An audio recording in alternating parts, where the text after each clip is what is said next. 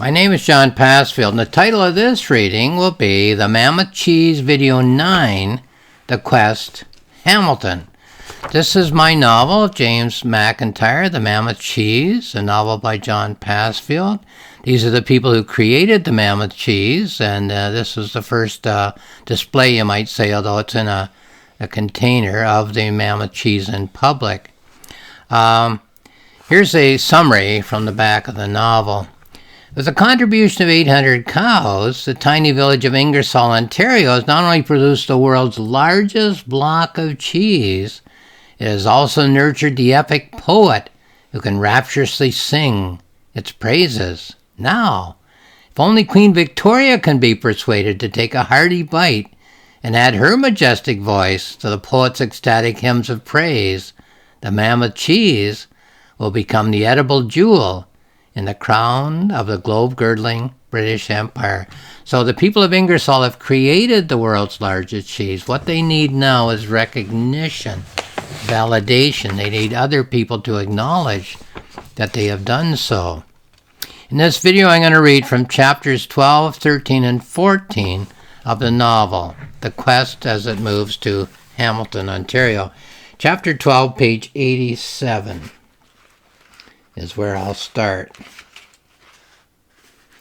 Here we are. At the station in the morning, bound for Hamilton, the cheese box slides into place once again. The workmen shut and seal the door. All aboard who are going aboard. The whistle sounds, the engine chugs. We are underway. A smaller crowd than for the earlier excursion. Some dropped after Saratoga, been neglecting things at home. Some dropped off after Toronto. Got to get back to the daily routine. Some vow to stay with the Mammoth Cheese through thick and thin. Then we go to the next page, leaving some imagery out. We chug along on the Hamilton leg of our quest. The front of the railway car is wreathed in gloom. Cigar smoke fills the air, loud clearing of throats and much spinning at the spittoons. Mr. Harris keeps himself busy with pencil and pad.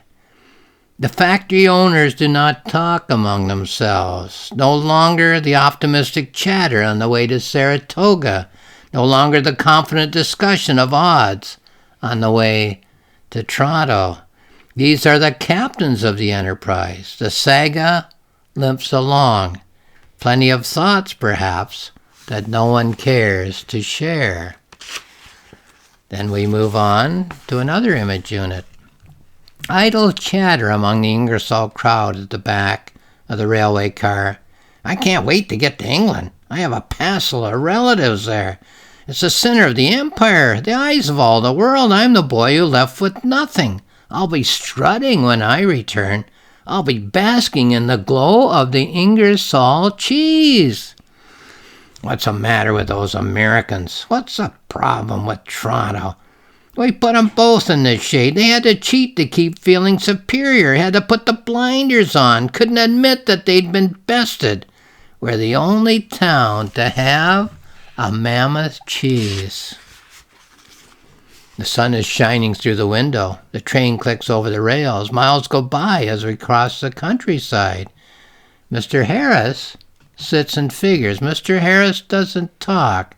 Mr. Harris moves the pencil across the page. Mr. Harris doesn't know that I'm staring at him. The same suit, the same hat, the same brand of expensive cigar, the same stick pin and the very same cravat. Mr. Harris looks the same as when we started out on this quest. But is he the same man who created the Mammoth Cheese? So interesting, eh? What does the quest do to the people who are involved in it? Okay, let's go on to the next chapter. Chapter 13, Hamilton 2. Not an exhibition at all. Just a day of races at the track. We attracted more attention as we made our way from the train station with our massive box of cheese than waiting here at the track for the races to start. Not a banner outside the gates, not a sign as we move inside. I tell 'em I'm press at the box office window, but they make me pay.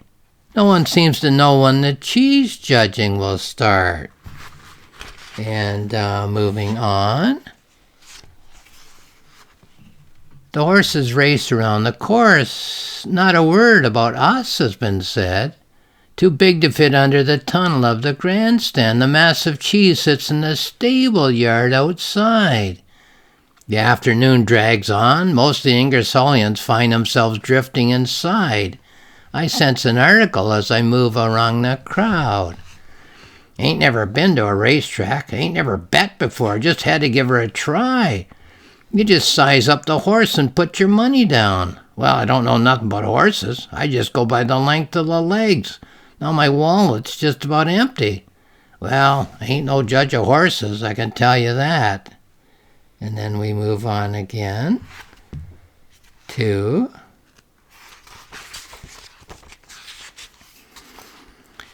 the members of Parliament, provincial and federal, the mayor of this fair city and the superintendent of the racetrack, the owners of the winning horses, no horses of course on the platform, winning jockeys off to the side, the resident band huffs and puffs an opening tune. The half-time festivities are commencing.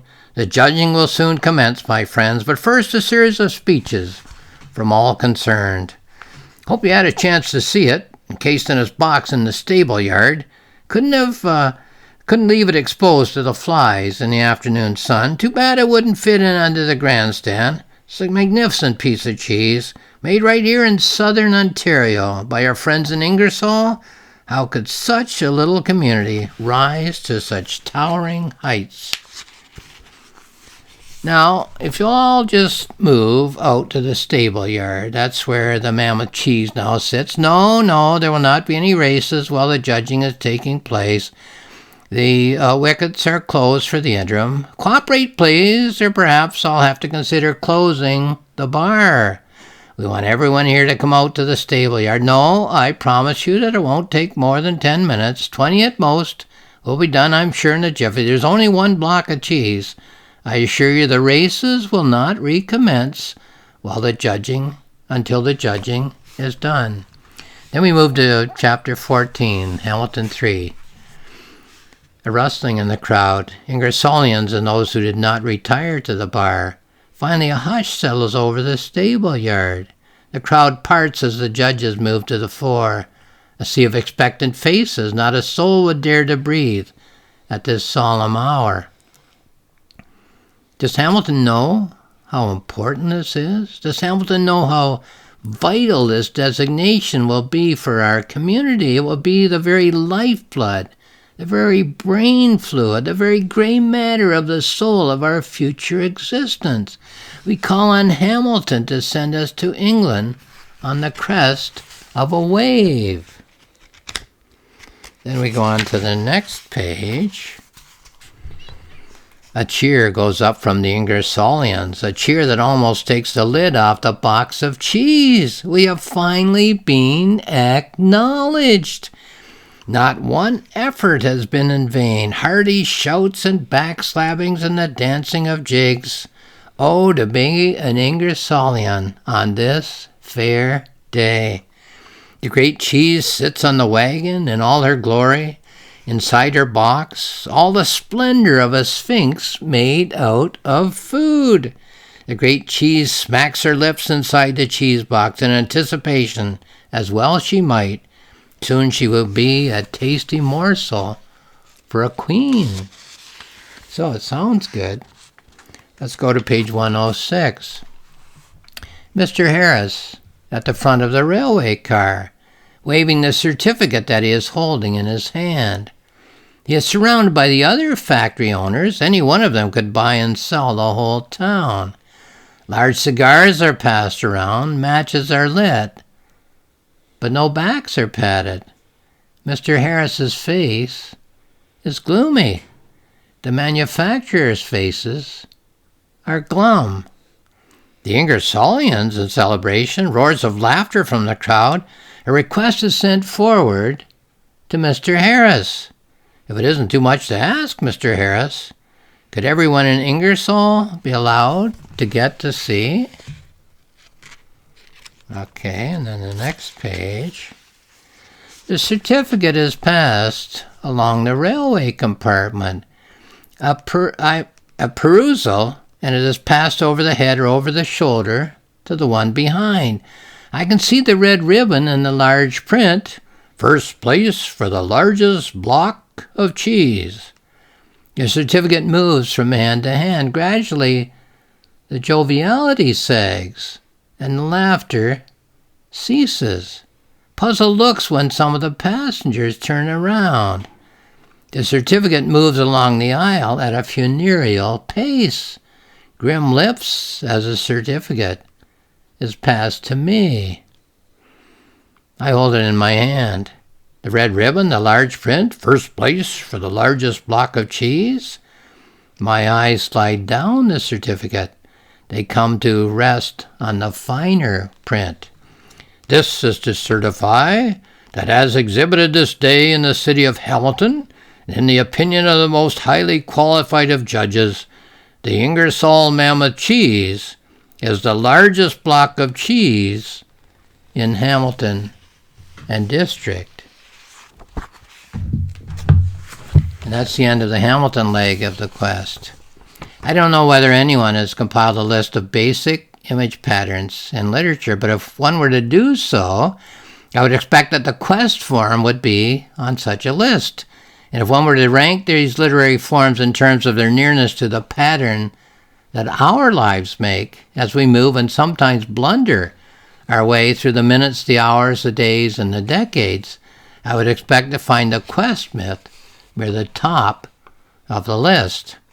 Almost everything we do, it seems to me, fits the pattern of a quest, whether we go back into the house in search of our car keys, or whether we drive to the airport and get on a plane and fly halfway around the world. In each case, we are in search of something. We either find it or fail to find it, and we live with the aftermath of the successful or the unsuccessful quest. And it seems to me each quest has two components. The physical quest, walking back to the house or flying halfway around the world, and the mental quest, hoping to find the car keys or hoping to find whatever has taken us halfway around the world. So, this novel has three physical quests: a trip to Sarasota, New York, a trip to Toronto, Ontario, and a trip to Hamilton, Ontario. The question that I would ask is as to whether the mental quest is the same in all three cases, or whether it has changed as the three physical quests have gone on. And one might also ask what the post-physical quest chapters offer in terms of the mental quest of the novel. I say of the novel, but a novel is made up of a number of characters, so I would also ask, in all cases, how many character quests are there in the novel? And how does each of these quests turn out? And whatever the answers to these questions, is there an overall meaning to the quest story that the novel tells? Well, once again, this is my novel, James McIntyre, The Mammoth Cheese. There's more information about the novel on Amazon. Have a look there if you like. My publisher's website is rocksmillspress.com, and there's more information there. rocksmillspress.com. On my website, johnpassville.ca, there's more information in the form of two books. You can access them for free: a planning notebook and a journal. johnpassfield.ca for two free books to read about this book and about quests and novels and so on. Literature in general, I guess you might say. And lastly, thank you for watching this video.